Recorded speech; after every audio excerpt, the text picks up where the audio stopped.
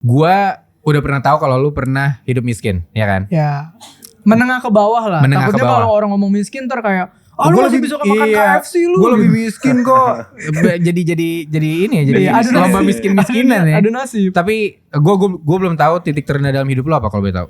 Oke, jadi mungkin sedikit background aja ya. Gue itu kan anak single parent. Oke. Nyokap tuh ordinary worker, tapi ordinary worker yang bener-bener ordinary banget loh, yang gajinya kayak UMR lebih dikit. Oke. Jadi kayak nyokap gue tuh tipe yang tabungannya gak pernah lebih dari 10 juta. Tabungan terbanyak dia tuh 20 juta. Jadi jangankan ngomongin warisan.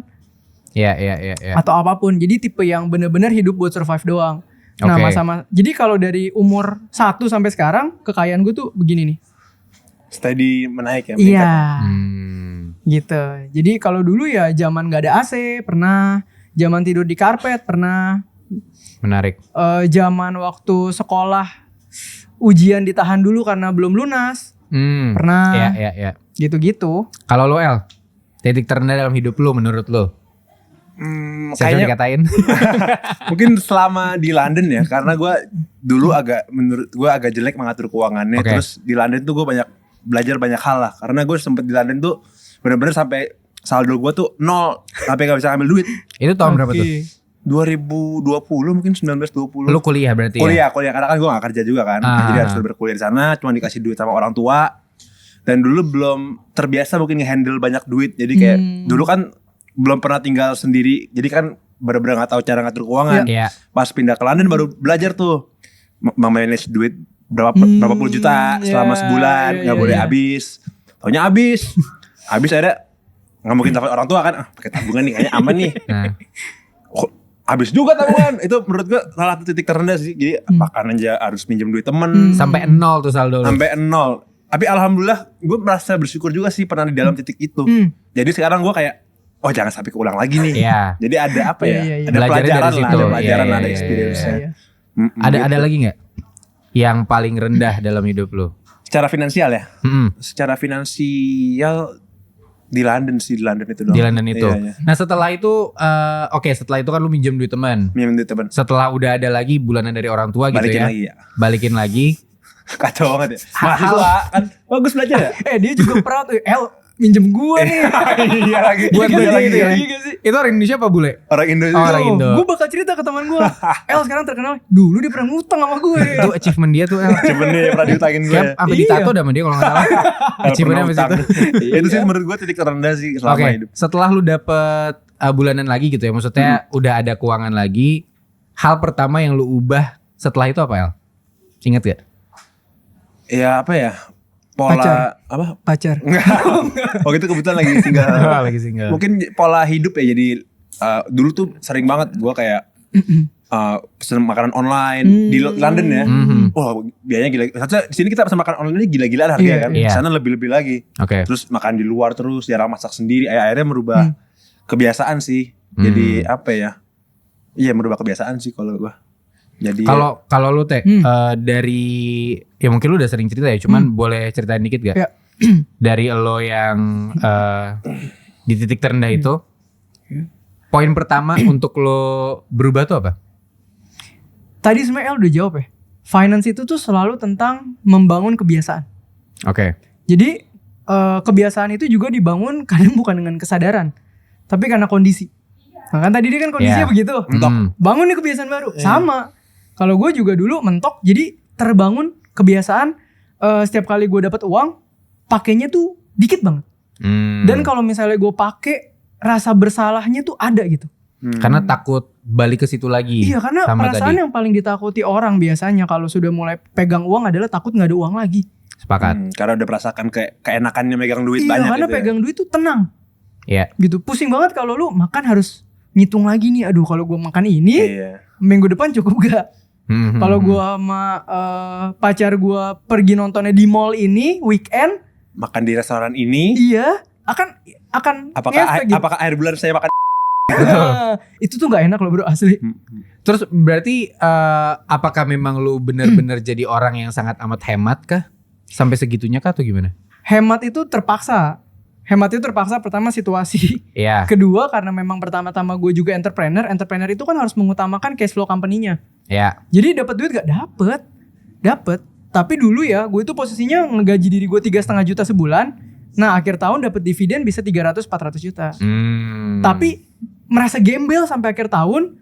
Satu hari turun dividen berasa kaya, besok gembel lagi. Oh, karena kebuang tuh duit apa enggak? Karena duit itu langsung Diputar gue lagi. pisahin. Jadi gue tuh orang ekstrim bro. Misalnya gue dapet duit 300 juta nih. Gue pakai mentok. Itu waktu awal-awal dividen itu paling 10 juta. Dari 300. Dari 300. Wow. Jadi 290 utuh. Itu ekstrim sih. Ekstrim. Karena kalau gue 3%. kemarin ngobrol sama David tuh kalau nggak salah pengen beli sesuatu, lu harus punya duit 20 kali lipat apa 10 gitu. Itu Gue lebih lupa. ekstrim. Itu lebih ekstrim ya? Kalau lu nggak 10, 300 berarti berapa? 3%. Iya 30 kali lipat dong.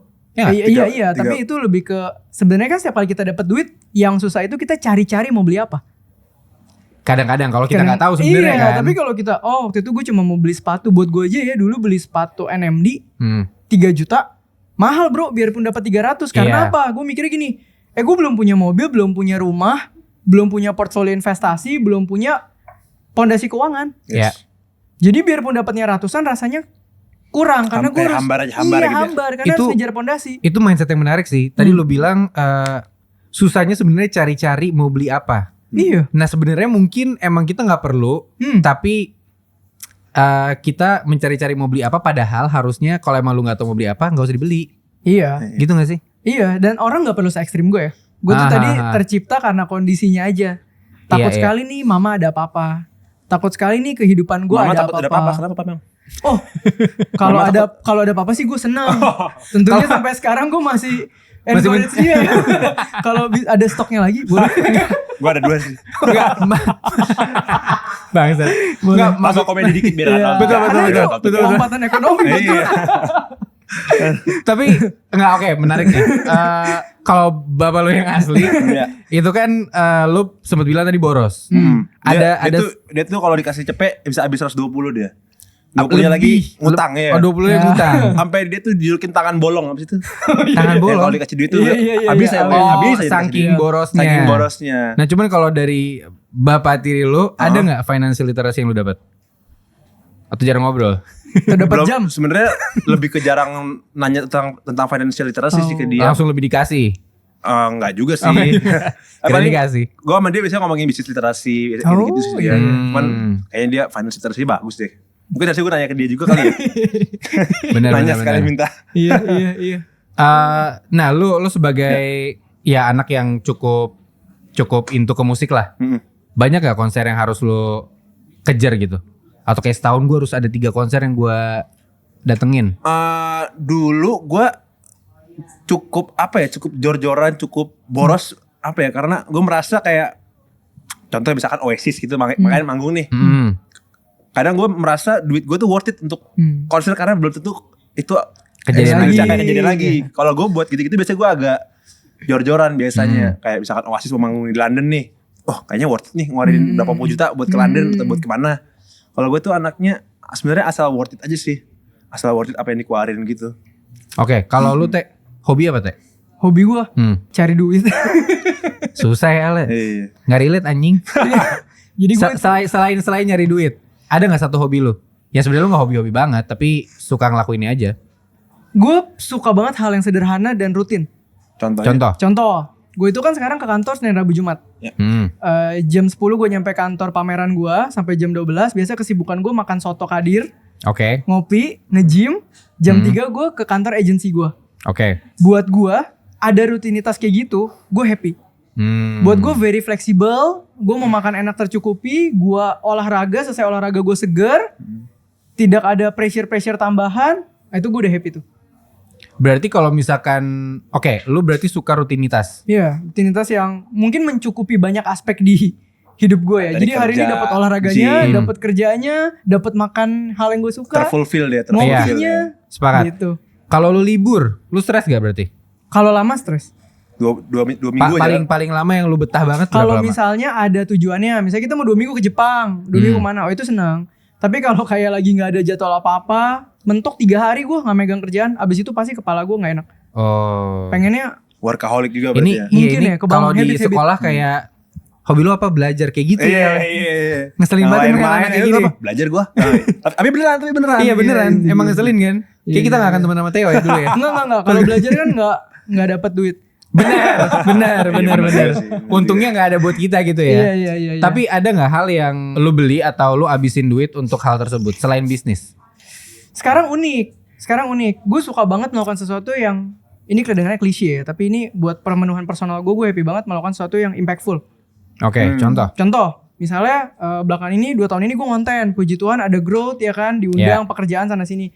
Oh tapi gue seneng banget nih kalau misalnya sebulan ada 1 kali 2 kali gue ngisi di gereja tanpa dibayar. Gue sharing kesusahan hidup dan perjalanan ini dan banyak orang yang bisa benar-benar terimpact dari situ, ada kepuasan tersendiri gitu. Iya. Kayak itu fulfilling buat gue lebih dari kayak barang or apa gitu. Oke. Nah, gue mau tahu itu lu punya perasaan kayak gitu apakah karena secara keuangan udah kepenuhi? Kayaknya gitu bisa di-build juga gak sih perasaan empati itu? Nah, mungkin kayak orang-orang yang gak pernah charity mungkin kayak gak pernah kebentuk perasaan kayak gitu. Tapi setelah sekali 2 kali charity, oh ngasih memberi enak juga ya ternyata. Kalau lu gimana? Mungkin karena pernah susah, gue empatinya tinggi untuk orang-orang muda yang misalnya semangat, berjuang tapi mungkin belum ada jalan, belum ada insight, belum ada apapun. Karena gue ngerasa dulu perjalanan gue sangat tough tanpa adanya sosok itu. Oke. Gitu. Jadi kalau ngelihat anak muda, apalagi misalnya rajin apa, gue pengen banget bisa support nih gitu. Gue mulai konten pun begitu. Karena gue ngerasa banyak banget anak muda semangat, kalau denger konten finansial yang tertwist kebenarannya buat monetisasi, hidupnya bisa berantakan. Itu titik pertama gue konten. Oke. Tapi menurut lu frugal living itu penting gak? Nah, kita setting the context dulu nih. Oke. Ini seru nih. Coba Taruh gue agak awam juga. Definisi frugal living itu apa sih? Hidup hemat aja. Apa enggak? Nah, kalau lu denger frugal living lu kepikir apa? Menurut gua kalau sebenarnya kan setahu gue hidup hemat. Cuman kalau pakai kata frugal tuh entah kenapa kayak Ekstrim. cukup ekstrim. Frugal living itu bukan kehidupan yang gampang pecah ya, frugal. Fragile. Iya. Gimana, gue cepet gak? Cepet. Kapan-kapan ajak aja ya. Cepet ya, nyambung nih. Nyambung ya. Ya, lanjut. Gimana tadi? Oke, jadi kita setting the konteks dulu ya. Mungkin kalau kita dengar kata frugal, kita selalu bayangin ekstrim-ekstrim gitu loh. Kayak gila ya orang sehari kalau bisa makan sekali doang. Atau sehari makan 2 kali tapi satunya misalnya bener-bener makan Indomie atau apa gitu kan supaya sisanya banyak. Atau beneran beli telur seminggu makannya nasi telur sayur. Udah itu terus. Ya, tapi frugal living ini sebenarnya way of living yang sangat bagus untuk di-apply semua orang. Karena konteksnya 3 hal doang. Yang pertama, lu punya financial goals yang jelas. Goals ini beda-beda nih. Lu mau beli rumah, lu mau pensiun lebih early, lu mau apa? Gitu ya. Emang harus setting up the goals dulu. Iya, ini clear. Lu mau punya financial goals-nya clear, bukan yang ngawang ya. Clear dan ada angka. Maksud gua clear tuh ada sampai angka. Situ, sampai spesifik itu. Sampai situ. Dan kegambar dari income lu yang sekarang, proyeksinya berapa lama. Itu maksud gua goals yang clear. 2. Goals ini diturunin bener-bener jadi prioritas utama lu dalam hidup.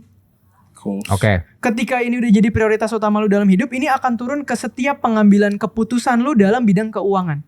Contoh, kalau gue tiba-tiba diajakin pergi ke sini, kalau gue lakuin ini memperpanjang. Ini enggak ya? Nah, di sini orang spektrumnya beda-beda.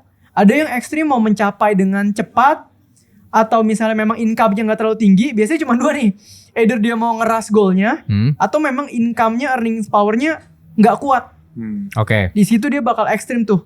Makanya kita bisa bilang, nih orang irit banget ya, gak nikmatin hidup ya. Kadang mungkin kan sampai kayak gitu. Tapi gue pun frugal, tapi gue happy-happy aja. Ya, karena definisinya beda-beda juga kan. Iya, definisi happy itu Iya, kebutuhan tercukupi itu sih. Sama gini, yang tadi gue bilang, earnings power itu main banget. Kalau sekarang lu punya income 100 juta sebulan, keluar 30 juta aja single udah happy bro. Bener sih. 70 juta tuh nganggur loh bro. Nah tapi caranya kita kayak misalkan kayak contohnya artis earning powersnya mungkin gede, tapi kan nggak stabil. Kayak misalkan sekarang bulan ini dapat banyak project, bulan depan dapat banyak project, bulan depannya belum tentu dapat project. Fluktuatif banget ya. Iya kalau artis gimana tuh cara manage itu? Menurut gue kalau artis fokus pertamanya harus cash flow machine. Nah kalau gue sekarang nih, gue punya cash flow machine di bisnis. Terus ternyata as influencer duit juga kenceng. Ini kan gebukan tambahan. Tapi recurring gue per bulan hidup lebih dari sini nih. Betul. Nah menurut gue artis begitu dapat kapital besar, mereka harus ngerti 2. Bikin cash flow machine either bisnis atau ngerti ngelola di capital market.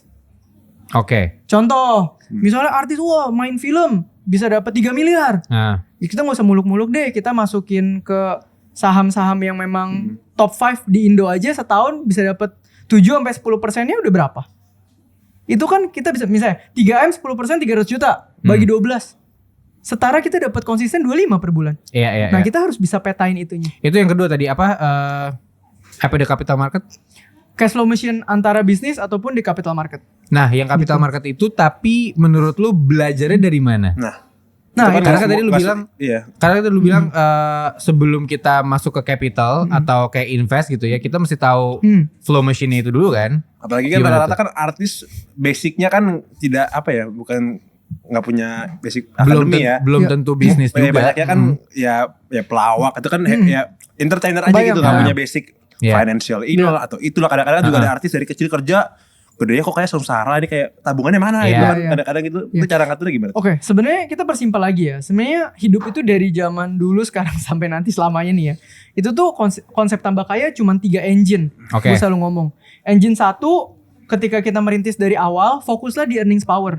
Oke. Kalau temen lu ngajakin, wah lu dapat kerja, ayo dong invest sana sini. Bullshit, ntar dulu.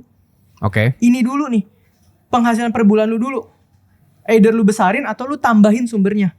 Oke. Kalau lu per bulan 5, berarti PR terdekat lu supaya tambah kaya gimana jadi 7, gimana jadi 10, gimana jadi 15, gimana jadi 20. Itu dulu. Atau 5-nya ada 4. Iya, atau 5-nya ada 4 jadi 20. Nggak usah ngomong investasi dulu.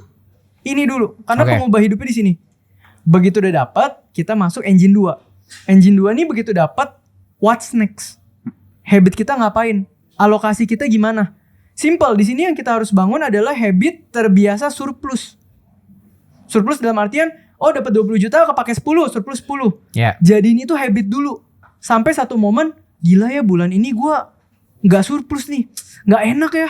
Itu berarti lu udah siap tambah kaya tuh. Balik ke habit lagi dong. Balik lagi, karena banyak orang bisa habit nggak ada sisa. Gak mungkin orang nggak bisa bangun habit ada sisa. Dua-duanya habit. Iya. Cuman lu terbiasa duluan ngabisin. Mindset lagi. Mindset lagi. Udah habisin utang lagi. Iya. Berat lagi tuh. Andai kata ketika earnings power lu makin gede kan sebenarnya allocating budget lu nggak perlu terlalu ekstrim. Ya. Yang penting masih tersisihkan kan. Di sini bangun pondasi finansial simple, dana darurat tadi yang lu tanya ya. Kalau punya tabungan pertama buat apa? Dana darurat dulu. Besarannya 4 sampai 6 kali atau misalnya kayak gue nih tulang punggung boleh gedein 8 sampai 10 kali pengeluaran bulanan. Oke. Jadi kalau lu misalnya dapat surplus gaji, bukan buat invest dulu. Emergency fund dulu. Lu sebulan keluar berapa? 10 juta. 5 bulan 50 juta. Itu dulu. Nah ini gue bukan agent ya. Lo gak bisa buka polis sama gue. Tapi iya. lo harus punya untuk medical. Disclaimer kayak gini perlu ya. Iya. Nah dikira Iya, itu ya. benar. Gue bukan agent tapi proteksi medical penting banget. Lu gak bawa iPad juga kan? Jadi aman aja. Enggak. Udah kayak gini mau daftar Iya. KTP-nya. Iya. Paling abis ini gue Jadi minta gini WhatsApp kan dia, lu bro. tahu kalau rumah sakit tuh mahal banget ya kayak gitu ya. Lanjut aja. Tapi itu benar, yang bisa membunuh kita adalah biaya rumah sakit. Bener. Nggak bisa dilawan pakai tabungan. Sepakat bener. Jadi itu kita harus punya dulu. Nah ketika habit surplusnya udah kebangun, allocating berarti kan ada duit nganggur yang nambah terus. Pondasi keuangan ada. Inilah masa kita mulai investasi. Oke. Goalsnya bukan masalah cuan-cuanan gede-gedean, enggak. Yang penting duit Goalsnya tuh adalah gak berkurang. iya sepanjang perjalanan ini kita ubah dari aktif jadi Pasif. pasif. Itu question lu tadi. Kaya itu sebenarnya ngomongin passive income. Iya. Lu boleh pakai mobil biasa aja, tapi besok lu nggak mau kerja, hidup lu tidak terikat di sana. Besok Merdeka ada ya, merdeka hidupnya. merdeka itu real definition of freedom. Gitu. Sepakat. Nah itu kita bisa mulai dari ini Al. Kalau misalkan lu mau tahu cara finansial ini, kita mulai dari pemasukan lu udah berapa? Yuk, coba. Ya, Masukan atau gua. dititipin ke gue juga boleh. Nanti gue bantuin. Ya, itu juga boleh tuh. Iya boleh. Karena gue sampai sekarang nih jujur di titik gue punya banyak banget duit. Gue nggak tahu diapain. Nah, kita temenan lah. tiap Lebih ke bank boleh lah. Iya. Gue tuh tiap ke bank tuh kayak gitu tuh. Iya. nggak mau diobligasiin kak, nggak mau di. Saya belum paham bang, bilang. Saya mending nganggur tapi aman dah. Tapi ya pada akhirnya kita kan, Iya. wah Sayang. harga-harga naik nih, Iya. inflasi nih, duit kita lama-lama deflasi dong. Lama-lama kan Iya. harga naik. Tapi Nah. sebenarnya ngomong realistis, industri yang nggak bakal kepengaruh inflasi. Oh ya? Iya. Duit kita kan tapi terpengaruh dong, duit tabungan kita. Betul, tapi tidak akan terpengaruh barang yang naik harganya karena tiernya tinggi sebetulnya industri entertainment tuh. Untuk jasa entertainment. Iya. Ya. Kenapa lu bisa bilang gitu Teh? Yuk, memang kelihatan lah. Kalau gue kan tidak bisa melihat nih. Kalau lu misalnya analisanya dari mana? Misalnya deh kita masukin beberapa job ya. Profesional. Seumur gua misalnya. Itu gua umur 30. Oke. Profesional seumur gua punya gaji 50 juta per bulan. Ya. Hebat banget gak? Hebat banget loh. Untuk mencapai profesional kerja di corporate level, punya gaji 50 juta per bulan umur 30 itu mungkin udah excellent. Oke. Ya, taruh nih profesional. Nggak usah selebriti dulu dah. Influencer umur 18 tahun yang tiba-tiba viral, taruh di sini. Tak, 50 juta per bulan gede apa kecil? Gede. Tergantung industrinya. Iya, benar. Kalau dia misalnya QL Finance atau Beauty 50 juta mungkin cuma satu project. Udah gak bisa kita compare. Selebriti kan di atasnya lagi. Tapi ini maksud lu tuh tier tinggi. Kalau gue sih di kepala gue sekarang masih fluktuatif. Karena tadi misalnya bisa yang gede banget, bisa yang kecil banget. Kenapa lu masih bisa yakin bener-bener ini tinggi banget? Atau emang perkara yaudah tinggal nyampe situ aja gimana caranya? Tuh, karena memang itu kan based on data bro. Pasti ada range-nya. Sama kayak misalnya influencer beauty, finance, lifestyle. Kan ada tiering red card-nya. Range-nya berapa sampai berapa. Mungkin artis juga ada ya tiering red card-nya ya. Dari berapa sampai berapa. Dan itu industri yang salah satu merupakan industri yang pay rate-nya tinggi sekali. Makanya gue bilang semua hal kalau kita compare cuma dari hasil, manusia jadi gak ada artinya. Gak boleh kayak gitu. Oke. Tapi ya ini tuh dia tadi industri entertainment ini kayak itu banyak yang gak punya basic. Jadi kadang-kadang dapat duit langsung kayak habisin nih. Tenang, kalau itu semua orang. Semua orang sih ya. Nah kalau gitu langkah pertamanya apa teh kira-kira teh? Untuk orang yang kayak El lah misalkan ya, belum tahu sama sekali. Langkah bener simpelnya kalau gue kan untungnya udah pernah di titik yang tadi nol tadi kan jalan jadi kayak gue gak mau di titik lagi deh. Kalau buat atau maksud gue ini El, maksud gue karena gak punya edukasi tentang investment, langkah utamanya apa untuk mulai investasi? Kalau misalkan lu nol banget nih El, gak punya basic sama sekali kan, mulai dari mana kira-kira teh? Menurut lu aja? Ya sebenarnya kan depend ya. Kalau kasus El tadi kan income-nya udah besar, pengeluarannya nggak sebesar itu, makanya sekarang duit nganggurnya banyak, gitu kan? Ya itu tinggal melangkah doang sebenarnya. Misalnya kita tes dulu deh, ada yang namanya obligasi nih, sebulan berapa? 6%, setahun 6%. Oh gue ada duit nganggur 5 miliar, gue coba deh 2 miliar dulu. Atau mungkin sekecil-kecilnya 100 juta gitu Iya, misalkan. tapi tadi ngomonginnya kasusnya misalnya selebriti yang ini ya. Tapi kalau kita mau turunin lagi, misalnya ke profesional yang gajinya 10 juta, 20 juta. Kalau di situ berarti mereka harus mainnya dollar cost averaging. Dicicil dari gaji. Gitu. Mungkin reksadana pasar uang yang tiap bulan kita cicil. Yang penting apa? Kalau earning power masih kecil dan modal masih kecil, fokusnya itu bukan gain investasinya. Fokusnya habit. Kalau kita dari gaji 10 juta nggak bisa investasi 1 juta, begitu kita punya bonus 500 juta, kita nggak bakal berani invest 300. Mentalnya gak mungkin gap itu kita bisa lompatin. Gak mungkin. Perlu mental juga sih. Iya. Berarti habit dan buat progresnya emang harus pelan-pelan gitu ya. Iya. Nah, beda step by step ya. Step by step. Nah, beda hal yang tadi ya tiernya udah tinggi. Yang sekali dapat bayaran 2 miliar. Nah, itu 10%-nya udah berasa. Itu enak itu. Iya. Bagi portfolionya. Kalau lu gimana ya? Lu kan di industri entertainment. Gimana cara lo untuk menjaga lo biar tetap ada di situ? Atau mungkin lo bahkan nggak berpikir untuk stay di entertainment? Atau gimana menurut lo? Apa ya sebenarnya sih kayak menjaga lebih bisa beradaptasi aja sih, kayak lebih basicnya kan kayak gue tuh kan muncul dari keluarga musisi. Gue aja nggak kepikiran kalau gue bakal ikut lawak-lawak juga kan sebenarnya. Iya awalnya juga ngeband juga kan. Ngeband juga. Waktu itu kebetulan lagi lulus London, lulusan London terus ada game quiz. Game quiz ikutan lah. Taunya itu acara komedi. Sekarang jadi komedian. Gue sebenarnya nggak pernah apa ya kayak yang pertama mungkin jangan sosok idealis lah kalau di dunia entertain, agak susah. Bisa mungkin cuman ya 1-2 orang lah. Kalau gue sih yang penting selama gue enjoy. Jadi gue selama di dunia entertain tuh gue jalanin yang gue enjoy aja gitu. Jadi ngejalanin pun nggak yang kayak anjing gue harus syuting lagi hari ini. Enjoy, syuting itu enjoy aja sih. Dan cara bertahannya mungkin ya beradaptasi tadi. Jangan terlalu idealis banget. Kayak ya gue tiba-tiba jadi komedian kan siapa yang ngira juga kan. Gue juga gak ngira gue bakal jadi. Tapi komedian tuh dulu salah satu dream job gue loh. Kenapa teh? Karena bayangin gak sih lo bisa kumpul sama orang-orang yang jago ngejokes. Terus siapa tahu ya lo sing sama mereka. Gak berasa gak sih kerja? Kita ngobrol podcast aja sejam gak berasa. Apalagi bercanda. Benar-benar setuju. Pulang-pulang ngasilin duit. Itu dia enak. Terus nah sekarang kenapa dream job itu tidak lo lakukan? Enggak, karena jalan gue udah jadi. Tapi gak segampang itu juga masuk di dunia. Benar. Gue sepakat. Lo tadi bilang kalau misalkan di entertainment itu salah satu yang bikin happy ya karena lo mungkin passionnya di situ kali ya. Iya, kalau lo di sana yang bikin happy salah satunya adalah money-nya kan. Income-nya bagus dari sana lah. Kalau misalkan semua pekerjaan sama, menurut lo bakal jadi apa? gajinya sama gitu. Iya, atau kayak ya semua pekerjaan bukan berarti dari uangnya deh. Iya. Apa lu tetap akan memilih sebagai entertainer? Pertanyaan sulit juga sih. Lumayan.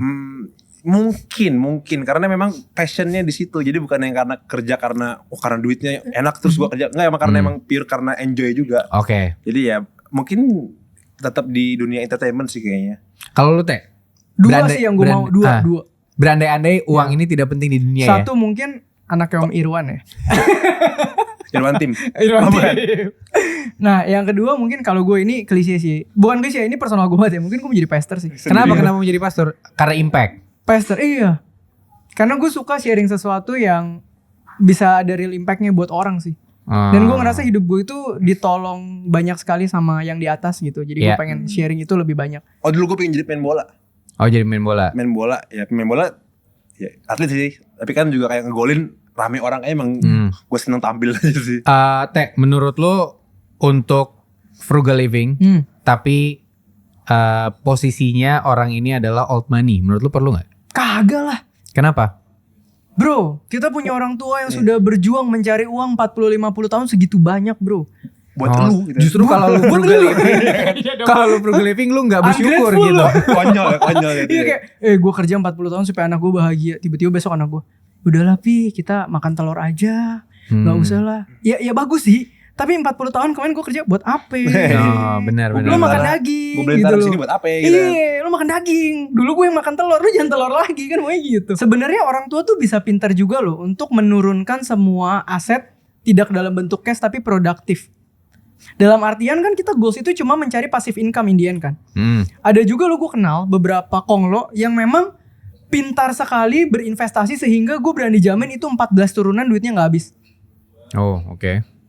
Simple, lo beli properti di daerah mega, misalnya yang dari old money dulu, sekarang sewa-sewain ruko 3 gandeng 3 ruko buat banking, buat Alfamart segala macam. Kemudian di modal capital dari dulu di saham dia udah masuk puluhan M, sekali bagi dividen anaknya setahun udah kebagian berapa. Karena kalau dari living cost bro, ada orang di level kekayaan yang living cost tuh gak bisa bikin lu miskin lagi. Kalau menurut lu, happy yang ideal tuh kayak gimana? Kalau misalkan uang bukan segalanya ya, menurut lu happy yang ideal kayak gimana? Happy yang ideal adalah happy yang bisa didapatkan sama orang yang punya habit bersyukur. Oke. Boleh dijelasin gak? Karena gini, faktor eksternal itu pendukung. Tentunya kalau kita kebutuhan tercukupi bahkan ada lebih kita happy. Tapi bahkan banyak orang tidak mengerti cara berbahagia di kondisi cukup. Berarti ternyata bersyukur tuh sebuah effort skill ya? Iya. Ya maksudnya harus kita pelajari harus gitu diasah, bersyukur tuh. bener. Bukan sesuatu yang kayak itu jangan lupa bersyukur gitu. Ternyata gak sesimpel itu ya. Bener, karena mungkin mobil pertama lu happy banget ya, lu gak punya mobil. Jam pertama lu happy banget, tapi begitu upgrade brand mungkin udah biasa aja kayaknya. Ya. Iya benar-benar. Ada apa ya, kepuasannya udah dipenuhi jadi ya udah. Iya, dan gue liatin ya orang tuh lucu deh. Orang nih cari duit makin naik nih. Ntar dia coba brand ini naik brand. Misalnya jam ya, naik terus sampai mungkin apa? Epi, terus RM, Patek gitu ya mungkin. Abis itu dia Garmin pak. Iya, karena udah nggak perlu lagi. Ternyata maksudnya mungkin happiness-nya bukan dari situ.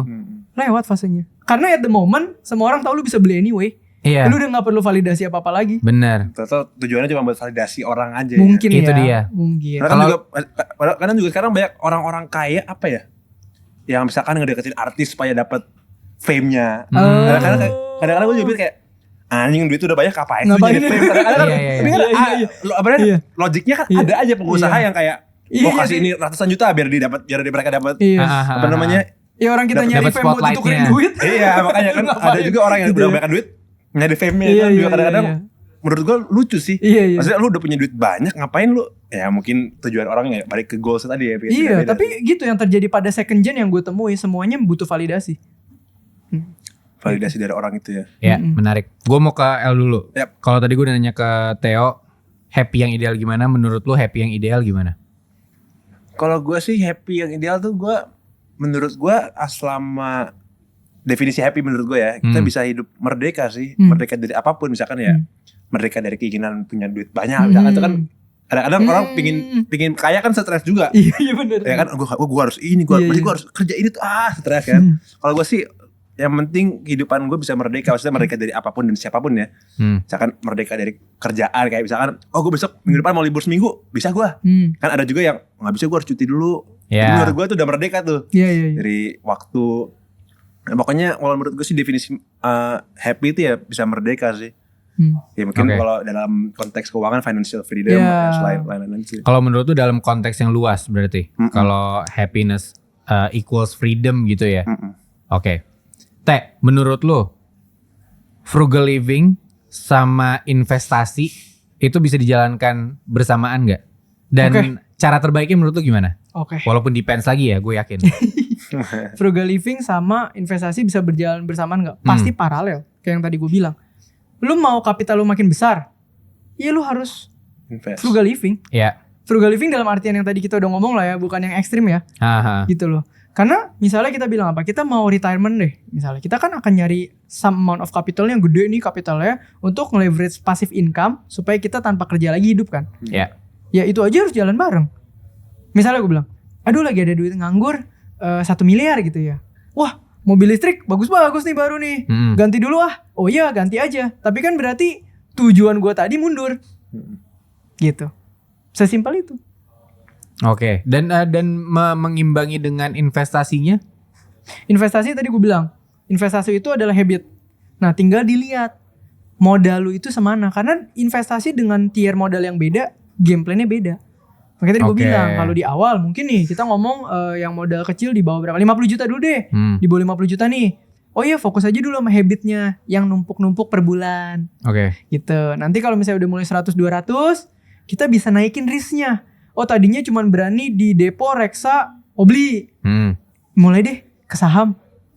Mungkin nanti 500. Oh ada temen ya ternyata butuh pendanaan project. Kita allocate lagi deh 100-nya ke sana, returnnya lebih tinggi gitu. Jadi permainan investasi ini modalnya makin naik, kita bisa leverage itu buat ambil return dan resiko yang lebih tinggi. Ini yang suka nggak dipandang di zaman ini. Orang zaman ini selalu mau return gede, tapi nggak ada yang bahas resiko. Benar. Selalu ke ya ekspektasi aja kan. Iya. Kalau kita bilang, oh ya bisa, ini dari saham bisa, ini dari kripto bisa. Rasionya 1 banding berapa? Oke. Gitu. Untuk orang yang belum pernah mencoba untuk berinvestasi, apa saran lo Teh? Paling gampang sekarang deposito dari aplikasi banking udah bisa. Menurut lo itu? Iya, reksadana pasar uang bisa. Kalau buat orang yang baru belajar, carilah yang gampang dan liquid dulu. Gampang dan liquid. Liquid itu maksudnya gampang ini ya. Gampang dicairin ya. Iya.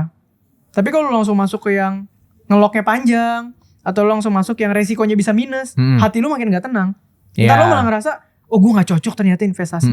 Gak ada gak ada kata gak cocok investasi. Semua orang Indian harus investasi. Tapi kenapa ya orang tua zaman dulu tuh selalu ngomongnya kayak, Tong lu kalau punya duit lebih beliin emas. Gak ada tuh orang tua dulu kayak, Tong lu kalau duit lebih investasi saham. Orang tua dulu gak ada gitu ya. Pasti selalu emas. Kenapa emas? Akses dan literasi. Zaman dulu mah semua juragan old money tanah bahkan. Tanah. Iya. Gitu loh. Bahkan banyak kasus juga kayak, oh kakeknya juragan tanah. Anaknya gak ada yang bisa ngembangin. Wah jual satu. Habis. Karena aksesnya di situ. Kalau sekarang kita mau tanah harus daerah mana? Udah susah. Masih bisa lah. Tapi kan kalau emas dulu kan orang pikir paling aman soalnya ada fisik. Benar. Gitu. Dan risikonya kecil ya. Nah sekarang kalau kita beli emasnya dari yang tadi, misalkan dari M-Banking atau semacamnya digital. Itu kan digital. Itu gimana tuh? Bagus-bagus aja. Itu buat alternatif karena harganya cenderung stabil juga. Dan kita kebantu. Misalnya kita tadinya punya duit nganggur 1 juta. Setengahnya kita beliin emas, otomatis kita gak bakal pakai setengahnya. Menurut gue tuh orang zaman sekarang harus banyak dipaksa tidak melihat uangnya sendiri. Oh wow. Dengan cara kayak gitu. Dan itu kan habit lagi kan, balik ke habit lagi. Oh iya biar dia gak ngelihat duit gue banyak gue beli-beliin gitu maksudnya. Karena transisi waktu gue gak megang duit sampai mulai megang duit itu susah loh. Punya duit nganggur tuh susah loh. Sejujurnya gue juga sekarang ini lagi belajar saham tapi gue sebenarnya nggak ngerti-ngerti banget gitu. Jadi kayak tapi ya pakai mindset tadi supaya duit gue nggak kepake atau at least malah gue ternyata punya duit segini ya. Gue malah jadi kayak sekarang tuh gue buka rekening tuh kayak rekening saham ya kayak asih aman. Jadi kayak udah tapi pelan-pelan harus dilatih juga memang harus. Nggak gampang kita misalkan naruh 100 juta buat emas nggak gampang juga tuh. Kita harus pelan-pelan dari 10 dulu 20 terus 50 ternyata naiknya stabil nih baru berani 200. Itu perlu dilatih juga sih menurut gue. Dulu kan ada stigma OKB. Ya, Kesannya orang kaya baru. OKB negatif. Sedangkan semua orang yang tadi nggak punya duit pasti kan ngelewatin fase OKB. Benar. Dan pasti kaget dulu. Heeh. Iya kan? Nah, fase kagetnya itu emang susah. Itu yang harus dilawan pakai habit. Mungkin definisi I see. OKB yang dimaksud ini kali ya, lebih ke gaya hidup kali ya. Maksudnya Iya. kayak semua orang mungkin kaya, cuma kan ada yang old money jadi kayak nggak butuh validasi, bisa jadi dibilangnya old money. Iya, tapi fase kaget punya duit menurut gue semua orang pasti lewatin. Dan fase punya duit pertama pasti kita pengen kan naikin gaya hidup. Dari yang nggak punya, kita pengen kelihatan punya, semua orang wajar kayak gitu. Balik ke validasi lagi tapi ya. Iya. Iya. Pasti kayak gitu. Untuk ke masa depan nih, Teh, mungkin buat El ya. Kayak nikah gitu. Lu belum nikah kan, El? Belum kan? Nah, perlu gak sih untuk ngebiasain habit investasi atau frugal living ini sampai nanti berumah tangga atau bahkan setelah berumah tangga gitu ya? Dan sejauh mana menurut lo? Nih, gue dulu. Iya. Oke. Gue menerima satu fakta bahwa ini realita ya. Gue melihat sekitar gue dan gue sendiri. Ekspektasi kita terhadap wanita untuk mengerti finance tuh agak susah. Ternyata girl math itu real. Girl Untuk- math itu iya, real. Oh wow. Mau dapet cewek yang benar mengerti finance, rasionya mungkin 2:10 atau 1:10 gitu. Oh oke. Jadi ketika kita berelasi apalagi menuju ke pernikahan, kita udah harus tahu habit dia sama habit kita. Nah, baru ntar disesuaikan. Sesuaikan tuh customize banget ya pasangan. Kalau kayak gue, semua keuangan family, masa depan, pertumbuhan, urusan gue. Ya udah, bini gue, ya udah ke kehidupan dia sehari-hari aja. Sama gue kasih tanggung jawab lebih, misalnya beli makanan kucing, sama misalnya bayar grooming anjing, gitu. Tapi yang gedenya tetap di gue, gitu. Nah, ini beda-beda. Kita harus tahu pasangan kita yang mana. Ada juga pasangan yang misalnya lu dapat 1:10, dapat satunya tadi tuh. Iya. Yang ceweknya ngerti banget. Akan beda lagi caranya. Paham. Bisa lu susun bareng, bisa lu percayakan ke dia. Kalau lu El ada nggak tipe lu untuk cewek dalam financial things? Misalkan lu masih baru belajar untuk investasi, lu pengen punya cewek yang ya lu pegang semua duit gue lu urusin gitu atau gimana? Ada nggak? Enggak juga sih. Malah kalau bisa ya belajar bareng. Kalau kita punya dapat pacar yang 1/10 tadi bisa kita yang diatur. Tapi ya nggak tahu juga, mungkin kalau dia bisa ngatur ke arah yang lebih baik ya nggak apa-apa juga, nggak salah juga sih. Tapi apa ya? Kalau bisa dibilang, gue sih dapat cewek yang penting ngertiin finansial lakinya aja lah, udah cukup lah, nggak usah yang Itu yang ngerti zaman duit sekarang banget. sangat berharga ya. Iya, maksudnya kayak karena kan standar kita sama standar dia kan pasti beda juga kan, kayak misalkan biasanya kita liburan pakai ekonomi, dia liburan pakai bisnis, apakah dia mengerti kalau kita cuma bisa afford ekonomi? Paling yang penting bisa memahami ekonomi kita aja sih. Dan ya karena itu tadi maksudnya gue juga dulu punya duit ya udah buat gue sendiri aja. Sekarang udah pelan-pelan udah mulai kayak misalkan gue udah punya duit 5M nih. Terus gue liat kayak wah mobil seri 7 bagus nih kayaknya nih. Murah lagi cuma 1,5 M gitu kan. Murah lagi gitu. Iya maksudnya kan untuk standar ya. Tapi gue mikir gue juga belum punya rumah ya. Iya. Jadi balik lagi harus fulfill yang basic needs tadi juga. Iya, Akhirnya balik lagi kan ke sana tadi. Iya. Benar-benar. Gue sebenarnya kalau ya karena gue juga masih belajar investasi. Kalau gue pribadi untungnya sih gue tiap bulan tuh diingetin sama Octomobile untuk investasi. Kalau gue ini ada notifikasinya di HP gue udah pakai Octomobile. Cuman mungkin kalau El diingetin sama pasangannya kali ya kalau untuk investasi enggak. Boleh coba sih.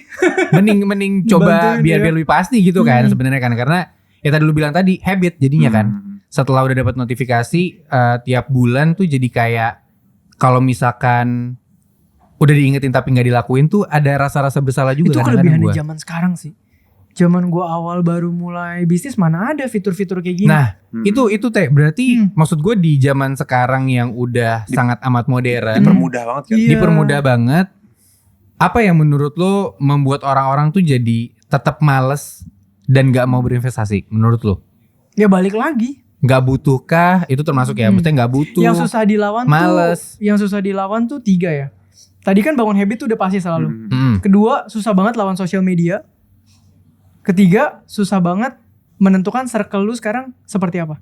Ya. Karena kalau misalnya kayak El tadi, mau beli rumah aja deh, nggak mau ganti mobil. Tapi kalau dia tiap hari ketemu orang yang kerjaannya ganti mobil ya. Iya.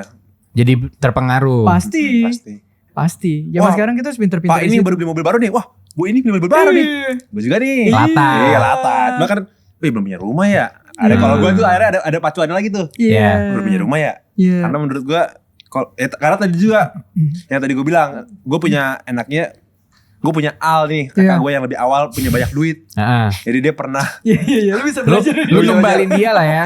Iya, dia salah sendiri sih. Gue belajar dari cerita hidup dia. Dia salah sendiri. Si Al tuh dulu ya lebih dulu lah di dunia entertain dan punya banyak duit. Tapi dia kayak mungkin nggak belajar literasi tentang finance kali ya. Jadi dulu mungkin dapat 3M, langsung habis tuh beli M6. Beli ini. All in ya? Iya, all in ya. Oke. Rumahnya mana nih gue? Ternyata alhamdulillah dapat pelajaran sih dari Al. Oke.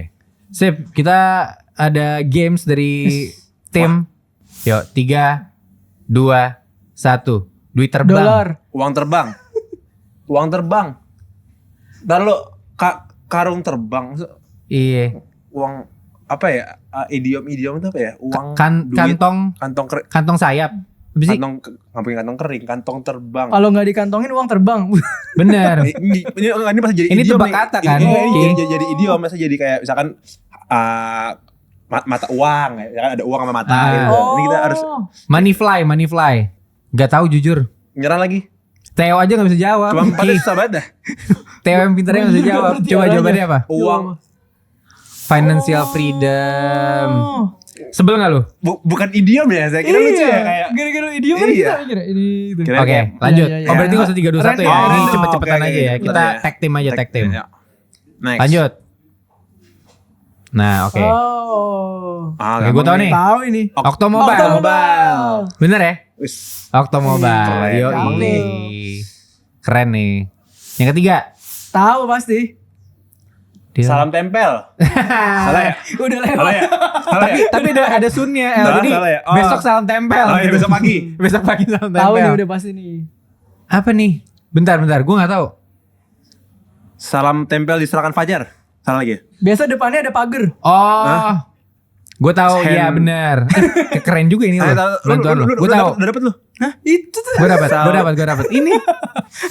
Get well soon. Gitu. Oh iya. Oke, lanjut. Shake well soon. Oh, kalau ini gue tahu nih. Tapi gue gak boleh jawab. Kalian jawab. Tapi kalian gak akan bisa jawab sih. Apa ini? Hello. Gue kasih hadiah deh. Nanti kau bisa jawab. Halloween karaoke. Apa ya? Salah. Apa ini? Agak lain. Salah ya? Bukan. Salah ya? Kalau Coba bisa banget jawab ya. gue kasih. Bukan Gue kasih Bayung. satu kantor ini. Berapa kata? Jujur gak tahu sih. bisa jadi benar, bisa jadi salah. Wah. Bisa jadi benar, bisa jadi salah. Apa yang gue pikirin ya? Ini gak akan bisa jawab Ki. Kasih tahu aja Ki. Apa? Ini gue. Oh. Karena gue ngaktor, gue punya podcast horor dan podcast ini juga gitu. Dan gue siaran juga gitu. Oh iya. Terakhir, pertanyaan seperti biasa yang selalu gue layangkan ke tamu-tamu gue. Apa hal yang mau lu sampaikan ke diri lu waktu lu masih kecil dulu?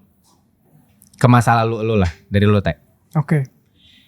Ini mungkin berasal dari ngobrolan gue sama temen gue ya waktu itu ya. Dia pernah bilang gini, Teh, gue lagi ada goals nih. Goals gue pengen lebih kaya dari si B gitu. Terus gue nanya, kenapa? Karena gimana cara lu tahu kekayaan orang lain? Toh yang lu bisa lihat dari orang lain tuh cuman gaya hidupnya. Wealth itu gak kelihatan. Jadi ketika lu bilang lu mau lebih kaya dari si B, acuan lu apa? Iya. Oke. Mungkin ketika lu termotivasi mau lebih kaya dari si B, yang lu lihat cuman cost-nya doang. Bukan pendapatan atau bahkan capital investasinya gitu. Nah maka gue selalu bilang, mungkin buat diri gue yang dulu dan buat teman-teman semua adalah compare lah kekayaan lu sama diri lu every year. Dan make sure you beat yourself every year. Benar. Gitu. Benar. Itu make sense banget. Gue setuju sih, yang penting kayak gue juga selalu nerapin apa ya? Bukan mindset yang kayak lu tuh gak perlu lebih hebat daripada orang lain. Lu lebih hebat daripada diri lu yang tahun lalu aja tuh udah sebuah kemenangan tersendiri. Karena benar. Kayak anjir gue gimana mau ngalahin orang lain. Kadang aja gue kalah sama diri sendiri. Kadang kan kadang kita gitu kan. Oh gue hari ini harus A. Anjing gue ngelakuinnya B lagi. Kadang sama diri sendiri aja kalah. Gimana lu mau ngalahin orang. Kalau gue sih ya itu tadi mindset tadi gue pakai tuh. Lebih baik ngalahin diri sendiri daripada ngalahin orang lain. Kalau lu El gimana El? Apa ya kalau gue? Apa yang mau lu sampaikan ke diri lu dulu? Ke El yang dulu? Masuk industri komedian lebih cepat. L tahun 2009 lah pas lagi ngedrum tuh. Pas suara lu belum pecah tuh lu mau ngomong apa tuh? Apa? Nggak tahu sih, gue lebih ke bersyukur aja sih apa yang udah gue lewatin selama masa hidup. Contohnya kayak tadi sampai duit sampai nol. Kayak pokoknya gue malah bersyukur apa yang udah gue lewatin, jadi malah jadi pelajaran gitu menurut gue. Gue nggak pernah melihat ke belakang sih orangnya, jujur. Oh, nice banget. Nah jadi kalau gue bilang ke diri gue, ya you did great, udah nyampe sini. Itu nice banget. Yang penting gue selalu belajar aja sih. Maksudnya gue bersyukur banyak hal yang gue laluin. Ya sampai duit nol tadi, ya dia ya sampai gue yang sekarang ini mungkin nggak bisa gini kalau gue dulu nggak gitu. Mungkin kalau dulu duit gue nggak nol, sekarang gue cuma punya duit tapi paling 100 juta. Ya karena spendingnya gede kan. Ya gue sih alhamdulillah banget dengan pengalaman hidup. Atau ya dengan Al juga tadi beli mobil. Jadi banyak pengalaman hidup. Cukup berkesan ya. Cukup berkesan. Jadi banyak, alhamdulillah pas sekarang alhamdulillah banyak dapat kesempatan untuk mencari duit. Lebih bisa memanage duit lah. Karena gue tuh dulu di keluarga tuh selalu diejekin gue anak yang paling boros. Oh. Iya, keturunan bokap banget lah gue. Iya, jadi Berarti asli dong, anak Ahmad Dhani kan. asli. Itu udah paling penting. Tapi gue selalu bersyukur alhamdulillah dapat banyak pelajaran hidup, jadi yang membentuk gue seperti sekarang ini. Yes. Dan buat lu juga jangan lupa, gak cuma lo yang harus kerja tapi duit lo juga harus kerja. Yes. Yuk, get well soon. Thank you El. Thank you. Thank you Theo. Siap, thank you. Terima kasih banyak. Boleh tepuk tangan dong teman-teman semua.